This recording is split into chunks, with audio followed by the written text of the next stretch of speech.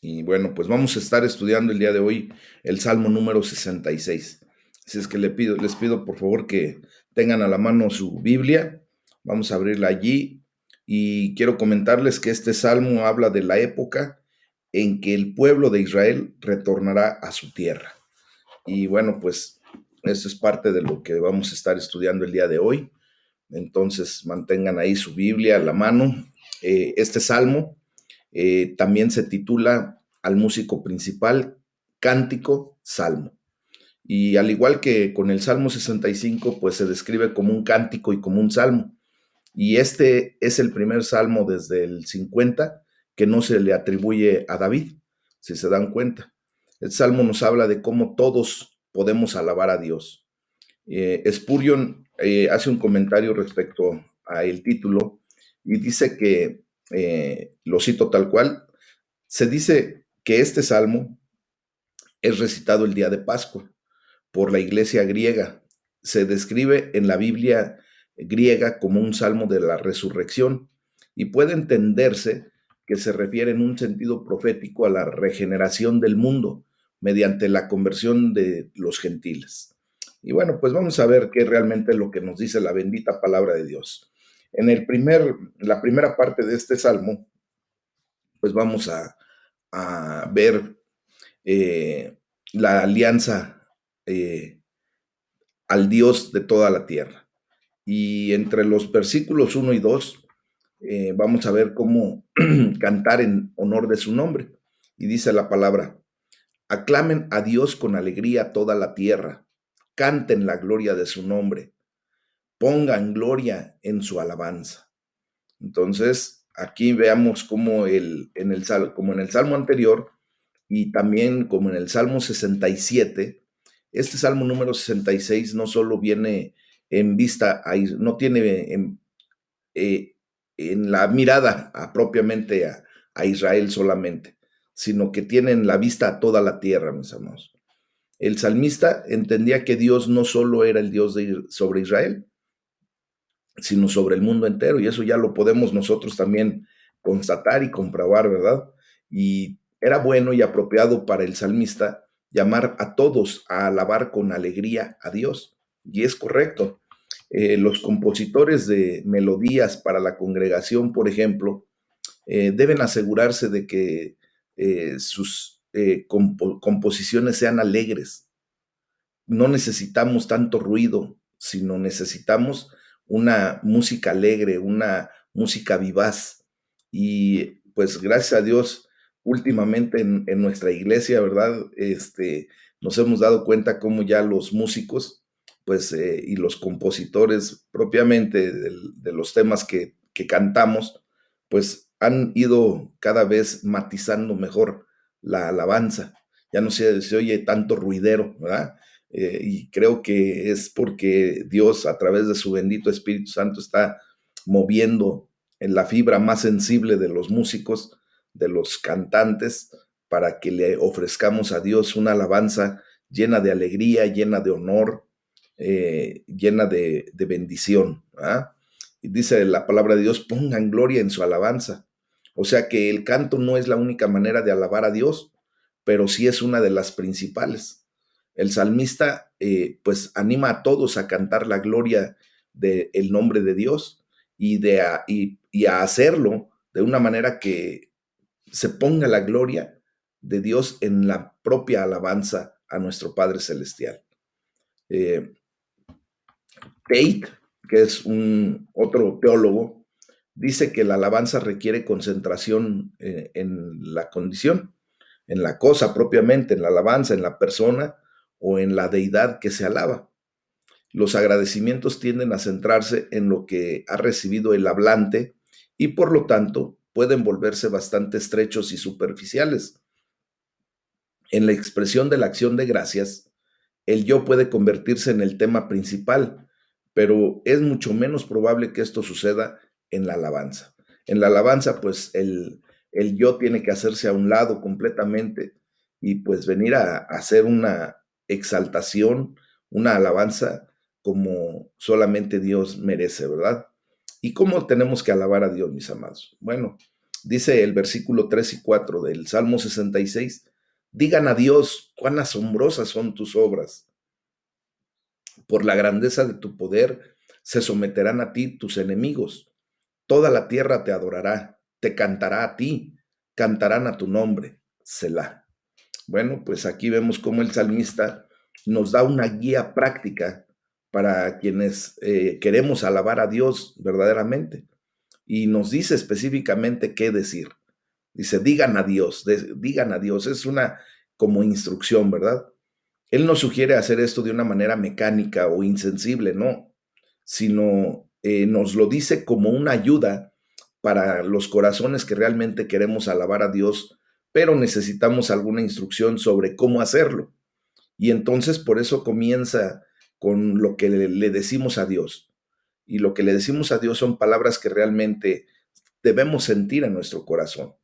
Hay un lugar para la alabanza implícita en este salmo, ¿verdad? Pero la alabanza hablada no debe descuidarse, mis amados. Debemos de decir a Dios, y dice Spurgeon que se requeriría más que solamente pensar en Dios, la consideración, la meditación, la especulación, la contemplación de Dios y los objetos divinos tienen su lugar y su estación.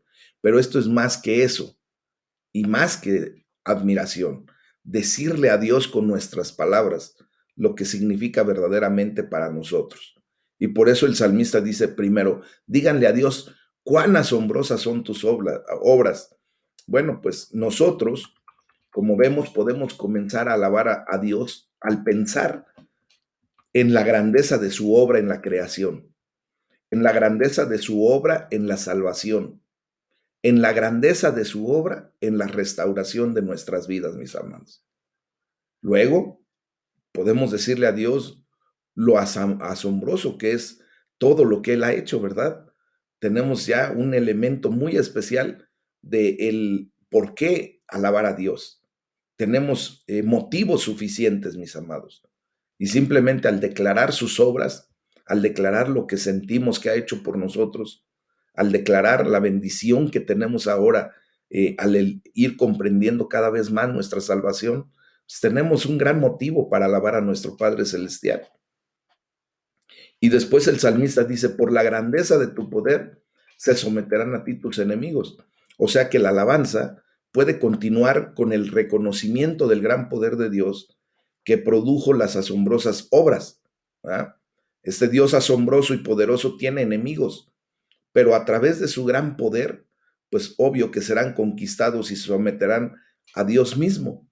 Y esto alaba a Dios por el triunfo de su poder sobre todos sus enemigos, mis amados. Varios comentaristas señalan que el sentido de se someterán a ti tus enemigos tiene la sensación de una sumisión no sincera y no voluntaria a Dios. Dice Spurgeon que el hebreo insinúa claramente será una sumisión forzada y falsa. O sea, que el poder pone a un hombre de rodillas, pero solo el amor gana su corazón. Faraón dijo que dejaría ir a Israel, pero le mintió a Dios. Se sometió de palabra, pero no de hecho, ¿se acuerdan? Decenas de miles, tanto en la tierra como en el infierno, están rindiendo este forzado homenaje al Todopoderoso. Y solo se someten porque no pueden hacer otra cosa. No es su lealtad, sino más bien es el poder de Dios lo que los mantiene sujetos a su dominio ilimitado. Y vemos que verdaderamente hasta en la misma iglesia de Jesucristo, tristemente a mí me ha tocado ver y analizar la actitud de muchos hermanos que llegan a la iglesia y como un sometimiento obligado. Y cuando les pedimos o les hacemos la observación de alabar a Dios, de exaltar su nombre, de levantar los brazos al cielo para exaltar el nombre de Dios, lo hacen de una manera pues poco convencida o hasta a regañadientes, ¿verdad? Molestos. Y pues la verdad es que eso es lo que pues no deberíamos de hacer. Nosotros hemos sido ganados por nuestro Padre Celestial por amor y por amor retribuir esa alabanza con un corazón sincero, con un corazón que verdaderamente tiene el deseo de alabar a Dios. Y esa es de la manera en que debemos presentarnos a Él, mis hermanos. McLaren dice que es cierto que él discierne que la sumisión no siempre será genuina, porque usa la misma palabra para expresarlo como ocurre en el Salmo 18, versículo 44, que representa un homenaje fingido. Si se acuerdan, ya lo estudiamos y justamente es lo que muchas personas desgraciadamente hacen, un homenaje fingido, sin ese deseo verdadero de adorar a Dios. En Filipenses 2, versículos 10 y 11, pues nos da algo de este sentido. Y dice la palabra de Dios, para que en el nombre de Jesús se doble toda rodilla de los que están en los cielos y en la tierra y debajo de la tierra, y toda lengua confiese que Jesucristo es el Señor, para gloria de Dios Padre. Entonces, vemos que mucha gente va a venir a humillarse delante de Dios prácticamente por obligación, pero a final de cuentas la gloria de Dios se va a manifestar. Y dice la palabra que toda la tierra te adorará. Entonces, Dios puede ser alabado en el reconocimiento de su triunfo final sobre toda la tierra y en que es digno de recibir la adoración y las alabanzas que propiamente le trae todo ser humano, toda su creación delante de él, ¿verdad? Dice, cantarán a tu nombre. En el pensamiento de los judíos antiguos, quiero decirles que el nombre, recuerden que es más que una sola palabra. Era un verdadero identificador de una persona. Indica correctamente el carácter de esa persona. Y esto habla de algo más grande que la sumisión a regañadientes de lo que acabamos de comentar. Esta es una alabanza que conoce algo de la naturaleza y el carácter de Dios cuando cantamos a su nombre, cuando levantamos y exaltamos el nombre de Dios. Entonces, la adoración aceptable no solo alaba a Dios como el Señor misterioso, sino que se vuelve fragante por alguna medida de conocimiento de su nombre, de su carácter, de su esencia. Dios no sería adorado como un Dios desconocido, ni será dicho de su pueblo, no saben a quién adoran. O sea, realmente nosotros sabemos a quién adoramos. Y es por eso, mis amados, que la gloria sea para nuestro Padre, porque nos da la oportunidad, a través de su bendita palabra, de ir reconociendo y conociendo quién es nuestro Padre Celestial, cómo es su carácter, cuál es su esencia, cómo se manifiesta, ¿verdad? Y es por eso que cada 8 días nosotros pues levantamos un estandarte de adoración reconociendo a nuestro Señor, ¿verdad? El día de ayer tuvimos la oportunidad de declarar a el Olam, que es el Dios eterno, y allí estamos adorando genuinamente a un Dios que es el principio y el fin, ¿verdad? Que es el alfa y la omega, que no tiene, él no tiene inicio ni tendrá fin, pero para nosotros es justamente eso. Él es el eterno, mis amados. Y cuando levantamos su nombre de esa manera, con un estandarte glorioso como el Olam, pues estamos verdaderamente adorando a alguien que sabemos qué esencia tiene. Y es una adoración fragante, una adoración llena de olor, de éxtasis para nuestro Padre Celestial, ¿verdad? Eso es lo que hacemos, por eso lo hacemos, mis amados. Y otra vez venimos a ver aquí una pequeña pausa a través de la palabra Selah, porque la santa expectación está bien insertada después de una profecía tan grande, porque la elevación del corazón, mis amados, también es una dirección adecuada. O sea, ninguna meditación puede ser más gozosa que la que se emociona por la perspectiva de un mundo reconciliado con su creador. Y este Selah nos tiene que llevar a meditar en lo que estamos estudiando, en lo que estamos leyendo de la palabra y también a meditar en cómo estamos levantando nuestra adoración al Padre Celestial. Hoy tenemos que estar bien conscientes de cómo alabamos, cómo adoramos a Dios. Si solamente lo hacemos por compromiso, porque nos están viendo los hermanos alrededor nuestro, o porque si verdaderamente tenemos ese deseo, ese anhelo en lo profundo de nuestro corazón de alabar a Dios como Él lo merece, reconociendo su nombre, exaltando su gloria, exaltando su poder, su deidad, su autoridad, ¿verdad? Entonces nosotros ahora tenemos elementos como para ver el por qué y para qué estamos adorando a ese Padre Celestial, mis amados. Esto nos llega a la segunda parte de este salmo a través de la alabanza al Dios de Israel. Bueno, entre los versículos del 5 al 7 vemos las obras de Dios que lo hacen digno de alabanza. ¿Eh? Y dice la palabra, vengan y vean las obras de Dios, temible en hechos sobre los hijos de los hombres. Volvió el mar en seco, por el río pasaron a pie, allí en él nos alegramos. Él señorea con su poder para siempre. Sus ojos atalayan sobre las naciones. Los rebeldes no serán enaltecidos. Selah. Bueno, pues aquí el salmista sentía que quizás otros podrían ser lentos en pensar en las obras asombrosas de Dios. Y es por eso que dice, vengan y vean las obras de Dios, ¿no? Él ayudaría describiendo cómo Dios es temible en hechos sobre los hijos de los hombres. Vengan y vean, pues aquí vemos cómo el salmista toma de la mano a las personas buenas, por así decirlo, y las guía a la visión de los maravillosos procedimientos de Dios, de los grandes hechos de Dios.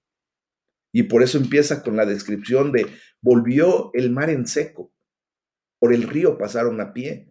Pues vemos cómo el salmista vuelve a la historia de las sagradas escrituras, ¿verdad?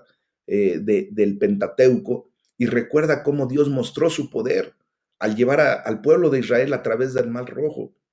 Eso lo vemos en Éxodo 14 y a través del río Jordán, ya cuando leemos Josué capítulo 3, ¿verdad?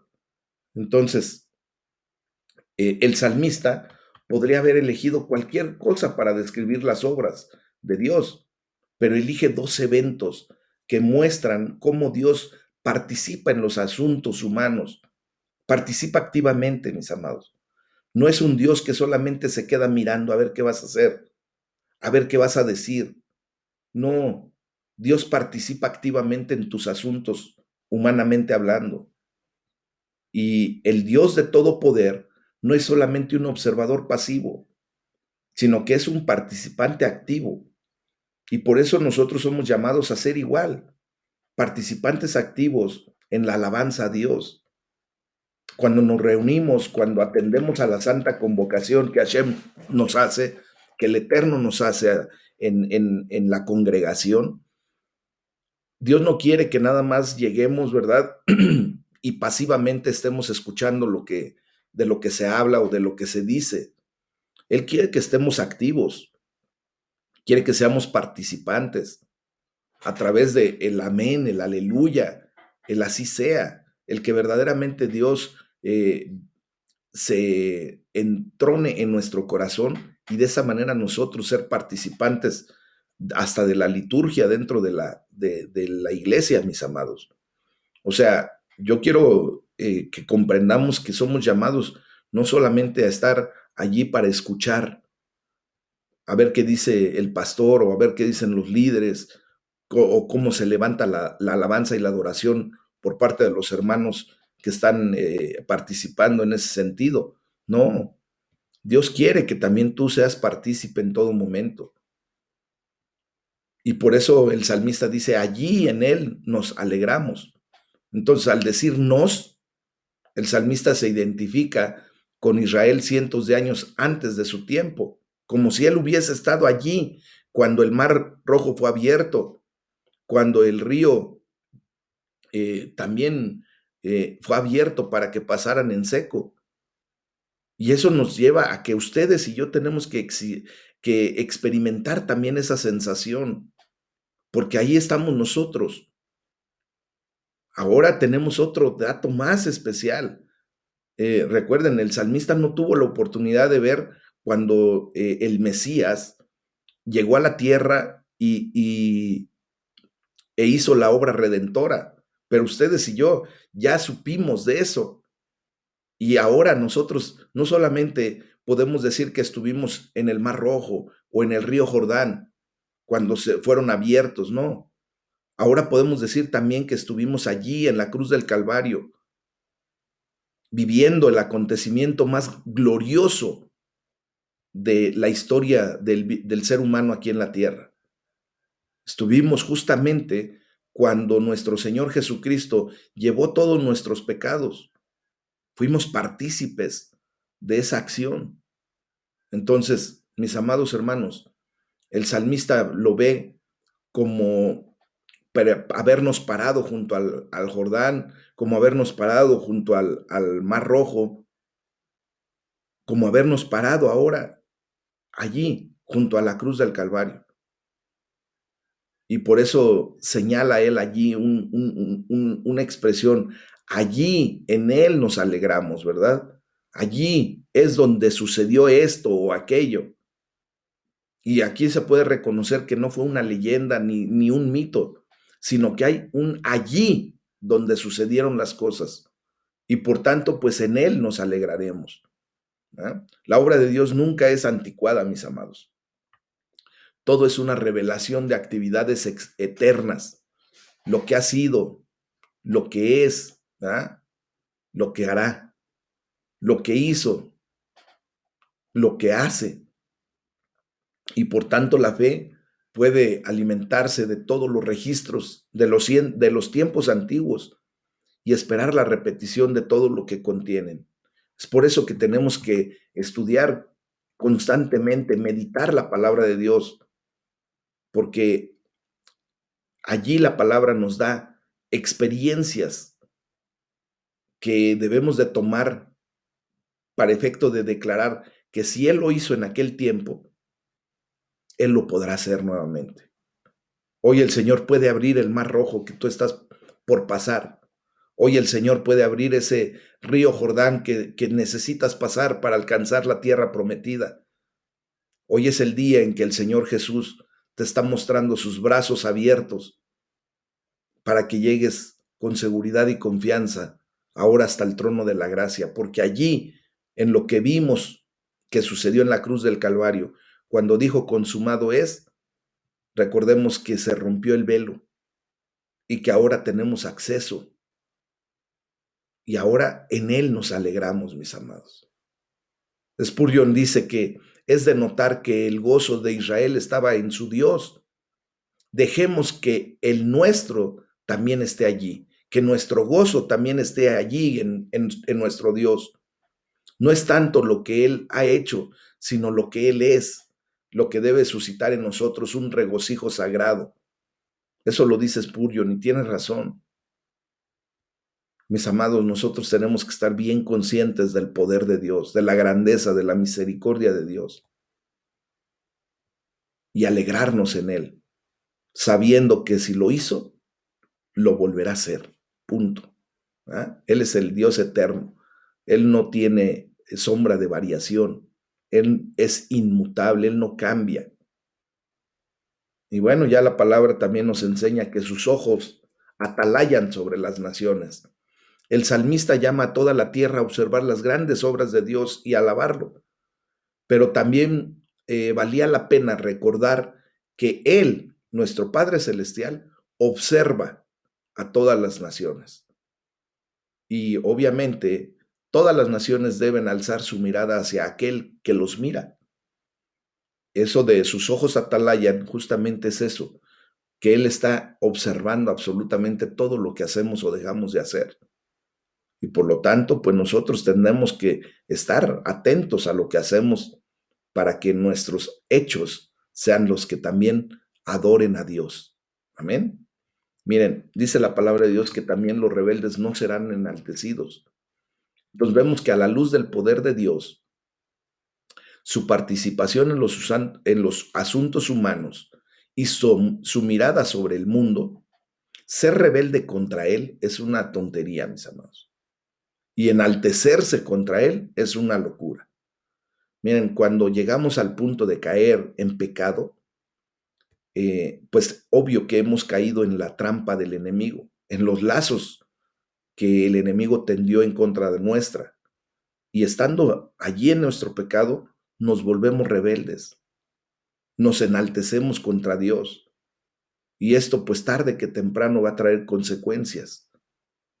Es triste ver cómo de alguna manera de repente caemos en una condición de pecado y lejos de reaccionar inmediatamente, porque pues todos caemos en pecado de repente, ¿verdad? Estamos conscientes de eso, pero la forma en cómo reaccionamos pues es lo que nos diferencia entre ser rebeldes y ser nuevamente redimidos por Dios, nuevamente limpios. Cuando nosotros caemos en pecado y de inmediato reconocemos nuestra condición y venimos delante de Dios y le pedimos perdón y nos volvemos a integrar en los asuntos de nuestro Padre Celestial, en el camino que Dios nos ha trazado, pues Dios nos perdona y seguimos adelante.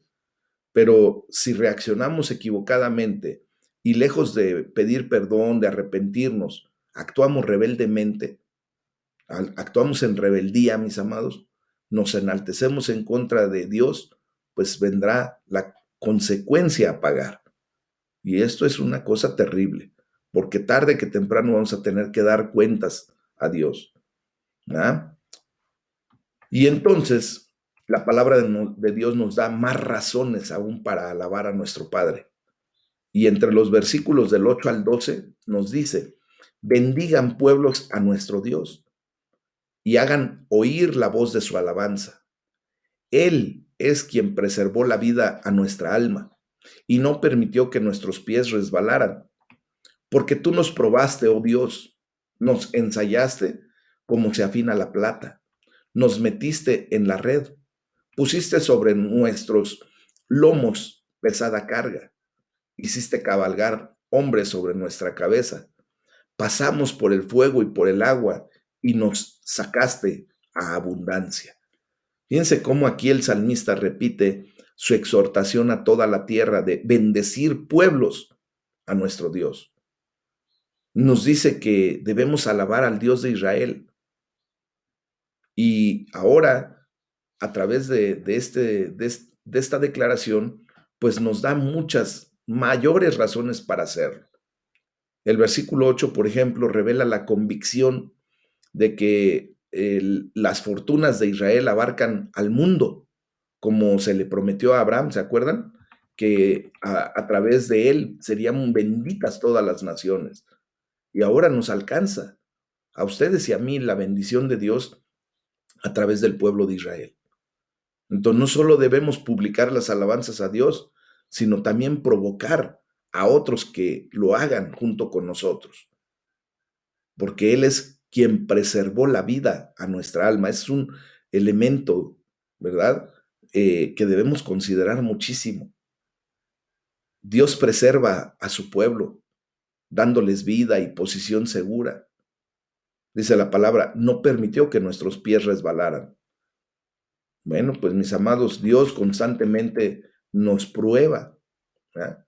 Pero también la gloria sea para Él porque nos permite resistir la prueba. Recuerden que Él nunca va a traer algo a nuestra vida que no podamos soportar. Si hoy estamos pasando por prueba, si hoy nos está pasando por el crisol, mis amados, pues démosle la gloria a Dios, porque a final de cuentas Él nos va a sacar más puro. Ahorita lo veremos. Spurgeon dice que si Dios nos ha capacitado, no solo para mantener nuestra vida, sino también nuestra posesión, estamos obligados a darle doble alabanza. Vivir y estar de pie es la condición del santo a través de la gracia divina. Dice Spurgeon, inmortables e inamovibles son aquellos a quienes Dios preserva. Y hoy, pues tú y yo somos preservados por la mano de Dios. Amén. Dice el salmista, porque tú nos probaste, oh Dios. Vemos cómo Dios bendice a su pueblo, pero a veces la bendición está en una prueba difícil. Ahí está la bendición. Y por eso nosotros debemos estar agradecidos aún en medio de la prueba. Debemos alabar a Dios aún en medio de la prueba.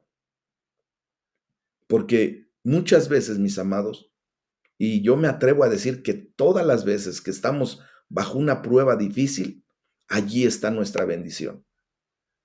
El salmista alaba a Dios por la vida y por la posición segura, pero también reconoce las dificultades de la vida.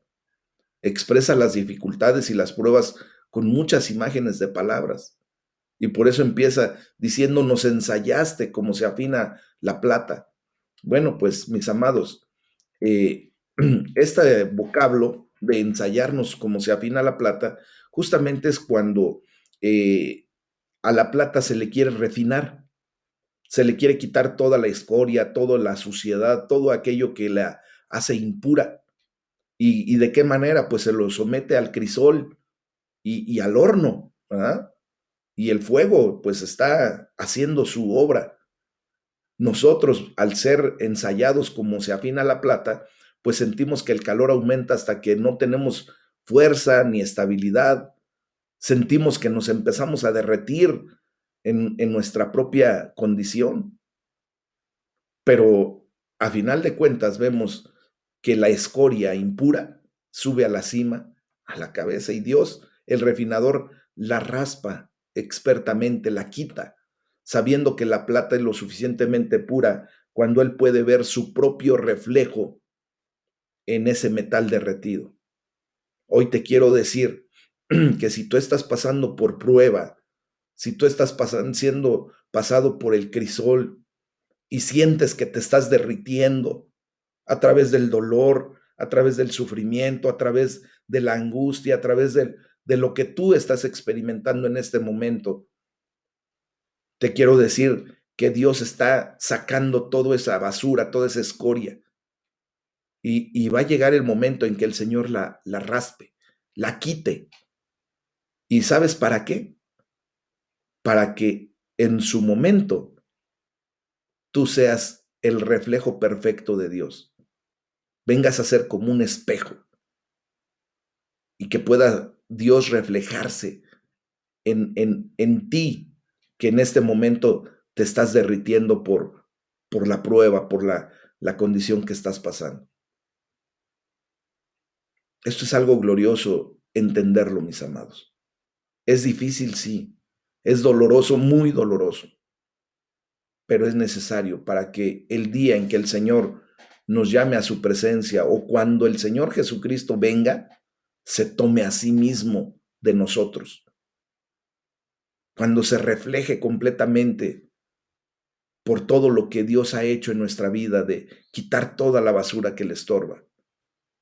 Temor, angustia, mentira, todo lo que a Él le estorba, lo que no le permite verse, porque obviamente Él es 3 veces santo. Él es puro completamente, mis amados. Y nosotros tenemos que llegar a ese nivel. Amén. Dice la palabra de Dios, nos metiste en la red. Pues sentíamos la libertad de poder nadar donde quisiéramos, ¿verdad? Y la vida estaba llena de opciones y elecciones.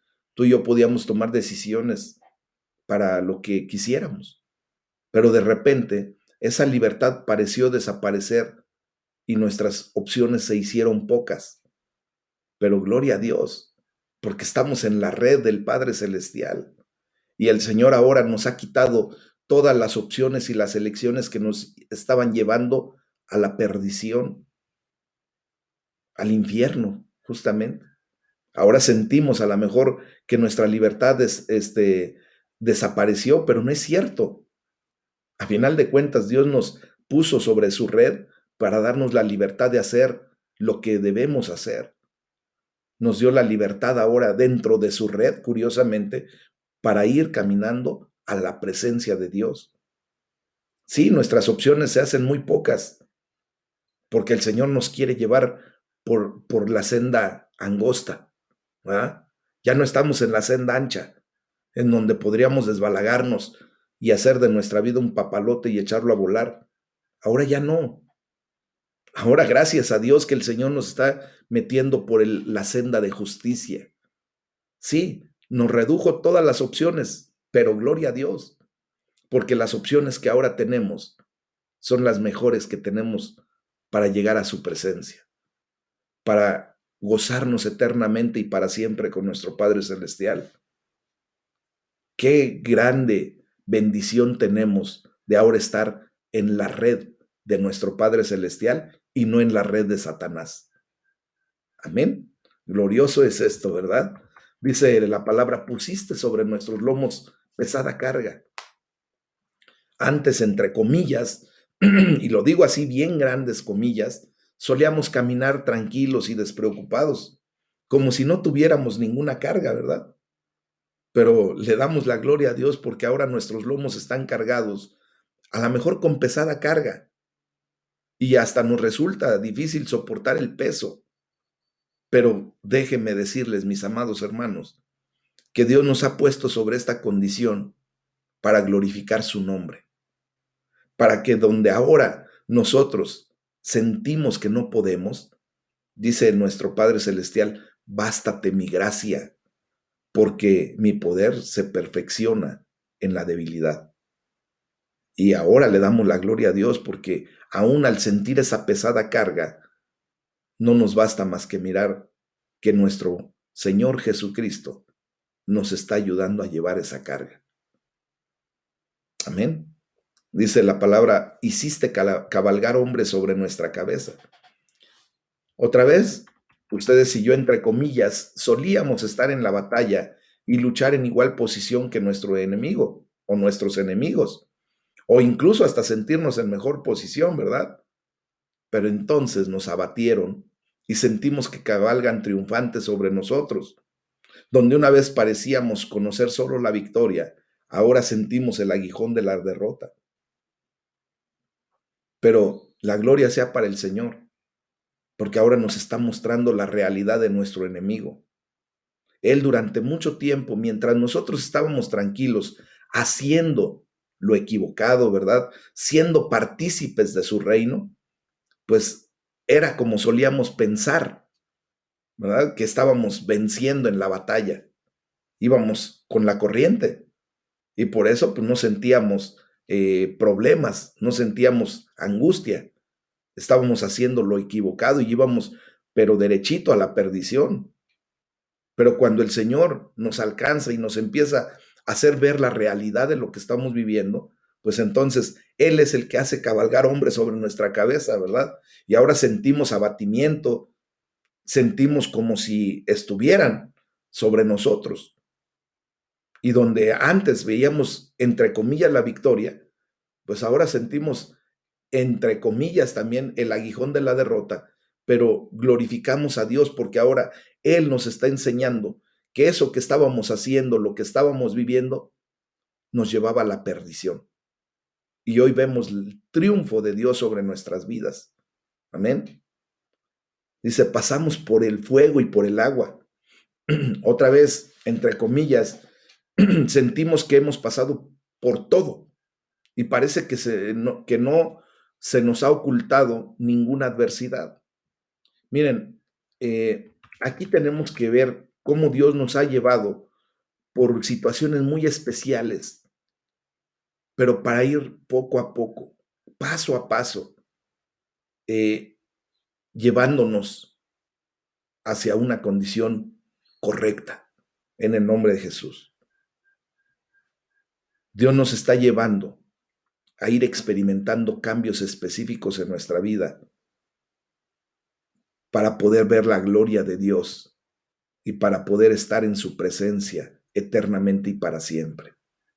Si hemos pasado por fuego y por agua, mis amados, donde no, hemos sentido que nos, como decía yo hace rato, que nos derretimos por las condiciones que pasamos, por esa carga pesada, o hemos visto que el agua nos llega hasta los aparejos y que sentimos que no vamos a poder salir, siempre ustedes y yo hasta el día de hoy hemos podido ver la mano gloriosa de nuestro Padre Celestial sacándonos de esa condición.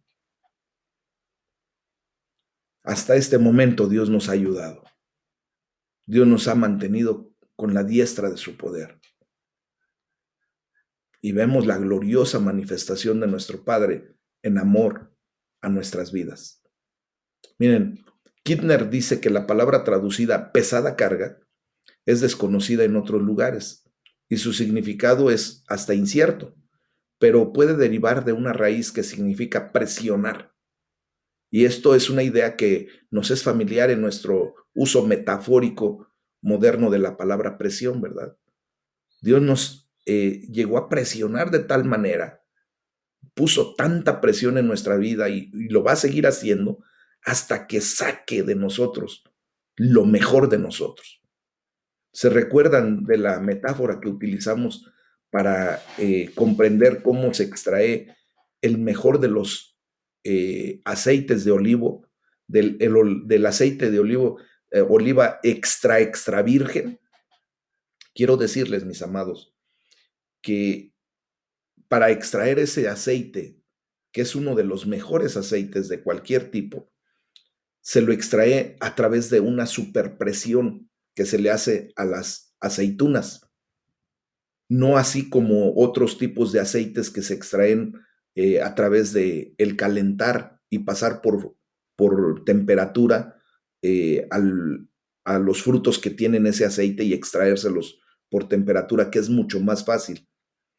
No, a las aceitunas se les exprime, se les aprieta hasta que salga la última gota de aceite. Y es por eso que ese aceite se considera hartamente especial. Extra virgen, dice, porque ese aceite no sufrió ningún cambio por la temperatura. Recordemos que el aceite normalmente sufre un cambio en su estructura y por eso se vuelven aceites buenos, aceites malos, para cuando los consumimos. Pues quiero decirles que el aceite de oliva es el mejor de los aceites porque se extrae sin que sufra ningún cambio en su estructura interna, porque solamente es exprimido hasta sacar lo último. Hoy quiero decirte que Dios, si a lo mejor te está exprimiendo el día de hoy, en estos tiempos, a través de las circunstancias o situaciones que tú estás viviendo, dale la gloria a Dios, porque a final de cuentas, Él está sacando todo lo mejor de ti, va a sacar lo mejor de ti. Esas son las pruebas, mis amados.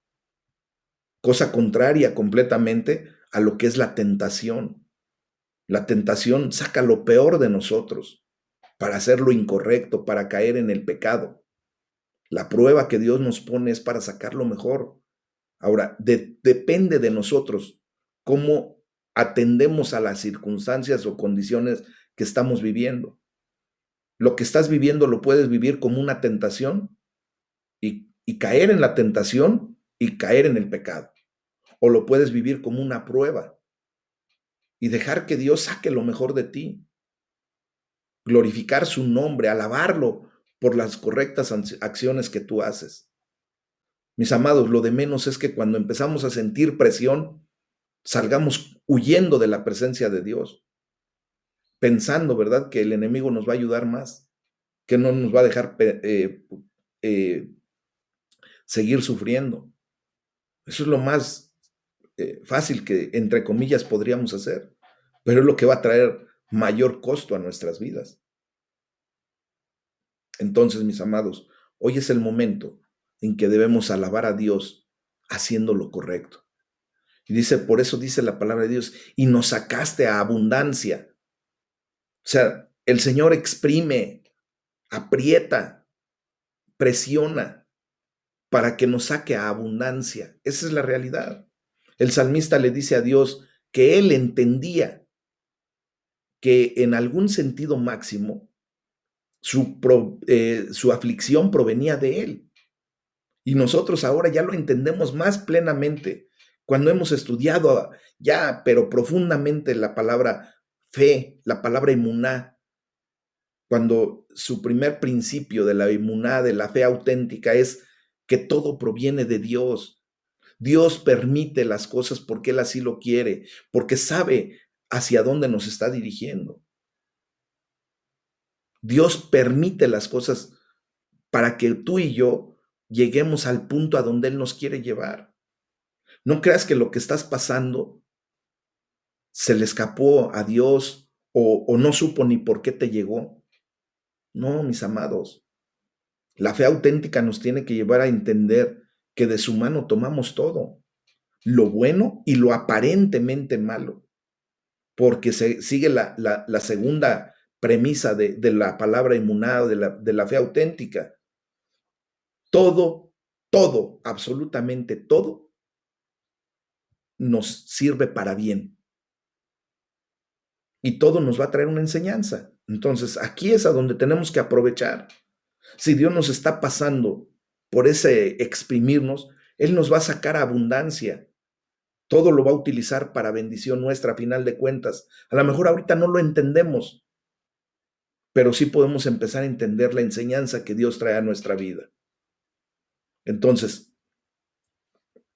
conforme continuaron confiando en Dios, Él se reivindicó a sí mismo y a su confianza, no solo librándonos de las dificultades, sino llevándolos a la abundancia. Y esta abundancia nunca habría llegado aparte de las muchas dificultades. O sea, si Dios nos está llevando a una condición de dificultades, de un proceso, de una prueba, mis amados, simplemente Él mismo no solamente nos va a librar de esa condición, sino que ahora Él nos va a llevar a la abundancia. Así es. Entonces, el objetivo principal de nuestra vida no es hacer, sino que el objetivo principal de nuestra vida es llegar a hacer. Y para esto estamos siendo moldeados, estamos siendo disciplinados cada minuto, cada segundo, cada hora, cada día. Tenemos que llegar a ser justamente algo sobrenatural, algo esplendoroso. Imagínense que tenemos que llegar a la estatura del varón perfecto. Jesucristo fue aplastado, fue increíblemente prisionado así, para sacar lo mejor de él. ¿Qué fue lo mejor de él? Sacó la salvación y vida eterna para nosotros. Y tenemos que llegar a parecernos a Dios, exactamente en esa condición. Nos recordamos a nosotros mismos que esto está en una lista que da todas las razones de la tierra por las que Dios debe ser alabado, mis amados. Pensaríamos que tales dificultades deberían evitarse si queremos que otros alaben a Dios, pero el salmista describe la vida vivida para Dios como realmente es. Y sabía que entender a Dios como realmente es atraería a hombres y mujeres a la alabanza.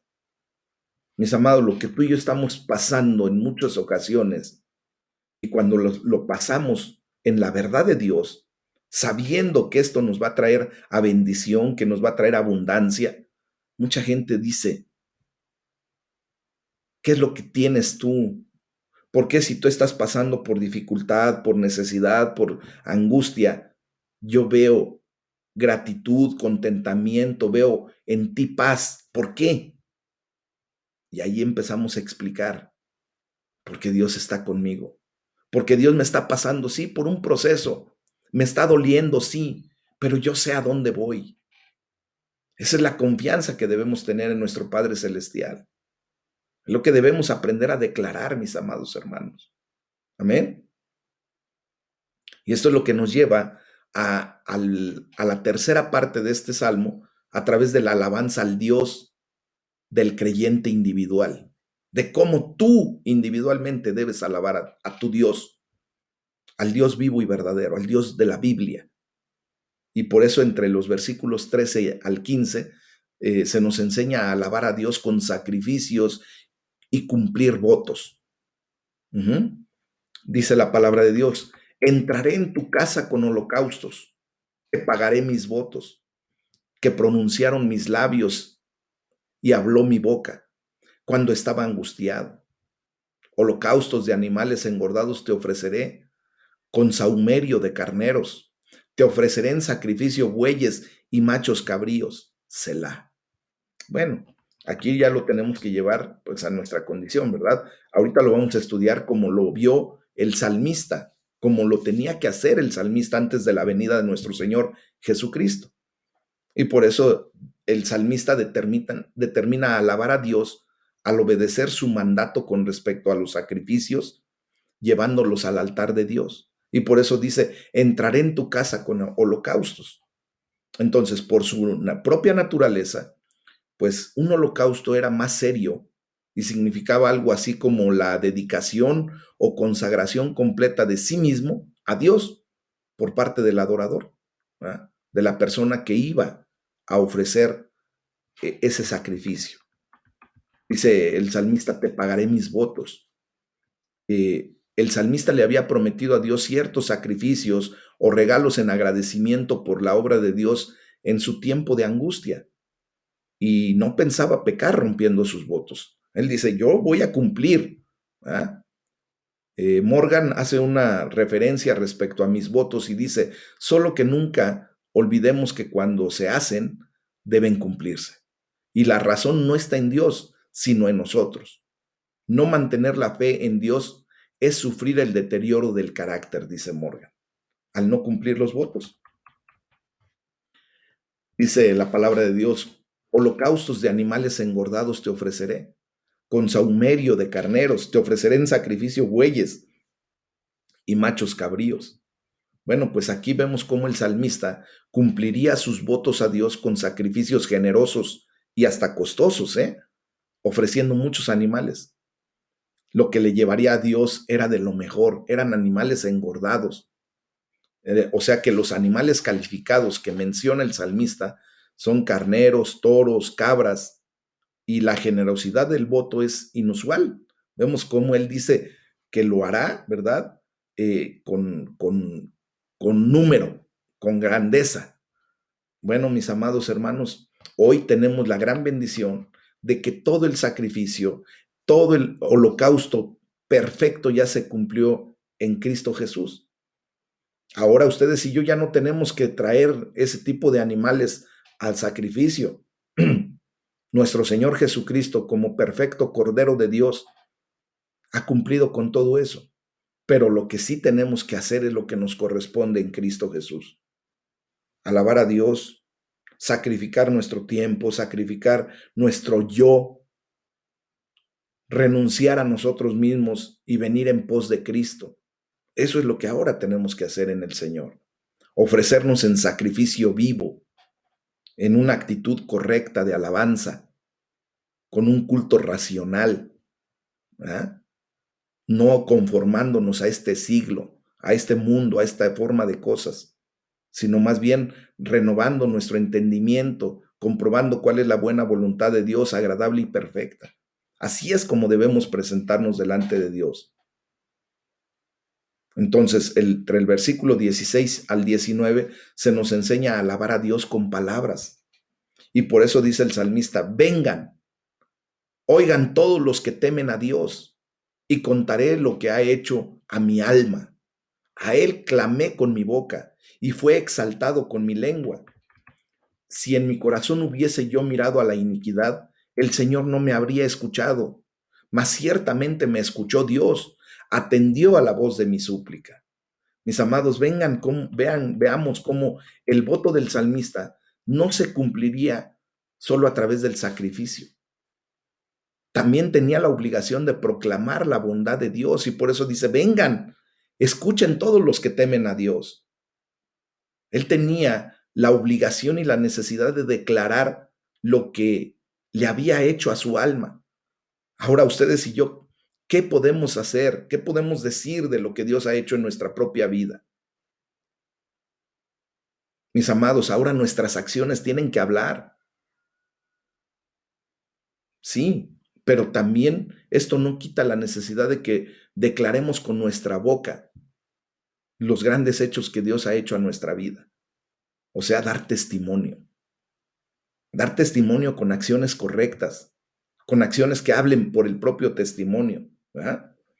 Kidner dice al respecto, podemos imaginar la escena de la adoración pública, tal vez en la Pascua o en alguna otra celebración de victoria, en la que la alabanza colectiva da paso a la voz de este adorador, que se presenta con sus ofrendas ante el altar y habla del Dios cuyo cuidado no es solo mundial y nacional, sino personal. Por eso dice, contaré lo que ha hecho por mí. Amén. Dice, a él clamé con mi boca y fue exaltado con mi lengua.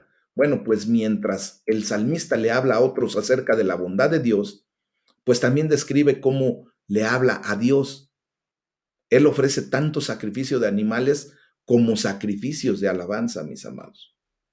Y por eso dice, si en mi corazón hubiese yo mirado a la iniquidad, el Señor no me habría escuchado. Entonces aquí, mis amados, nadie debemos pensar que Dios puede ser persuadido simplemente por medio de sacrificio o votos pagados. No, es importante dejar en claro que el salmista no solo sacrificaba, sino que también le daba a Dios lo mejor, la obediencia, ¿verdad? Él dice ahí claramente, si yo hubiera mirado otra vez al pecado, a la iniquidad, pues Dios no me habría escuchado. El salmista no se aferraba a la iniquidad en su corazón. Y es lo que tenemos que hacer nosotros. Si hay pecado en nuestro corazón, si hay pecado en nuestra vida, no aferrarnos a eso. Y mejor dejarlo, hacerlo a un lado, para que nuestra alabanza verdaderamente venga delante de Dios a ser lo que es. Y por eso el salmista dice, mas ciertamente me escuchó Dios. Entonces vemos que cuando clamó a Dios, Dios lo escuchó, Dios le respondió. Y por eso el salmista ahora da más razones para que alabemos a Dios. Y por último, en el versículo 20, pues nos da la conclusión de la alabanza. Y dice la palabra de Dios, bendito sea Dios, que no echó de sí, perdón, mi oración, ni de mí su misericordia. Bueno, pues aquí el bendito sea Dios, que no echó de sí mi oración, pues a menudo damos por sentado el privilegio de la oración, ¿verdad? Decimos que cuando oramos, pues Dios nos escucha. Bueno, aquí el salmista entendía lo maravilloso que era que Dios recibiera su oración y cómo esto hacía que Dios fuera aún más alabado. Yo creo que tú y yo tenemos muchas razones para decir que Dios ha escuchado nuestras oraciones y que ha contestado, ¿verdad? Mis amados, el hecho de que el salmista, por último, dijera, no echó de mí su misericordia, bueno, cuando dice ni de mí su misericordia. Este era un recordatorio final y maravilloso de que la respuesta a la oración no provenía de lo que el salmista merecía, sino como un regalo del gran amor y misericordia de Dios, ¿verdad? La última palabra de gratitud no es solo por la petición respondida, sino por lo que significa una relación ininterrumpida con Dios, una relación constante con el Padre. Entonces, por último, mis amados hermanos, Dios ha escuchado nuestras oraciones. Cuando la iniquidad se quita de nuestro corazón, Dios escucha nuestras oraciones. Amén. Entonces, con esto terminamos este salmo. Vamos a orar. Vamos a darle la gloria a Dios, entendiendo que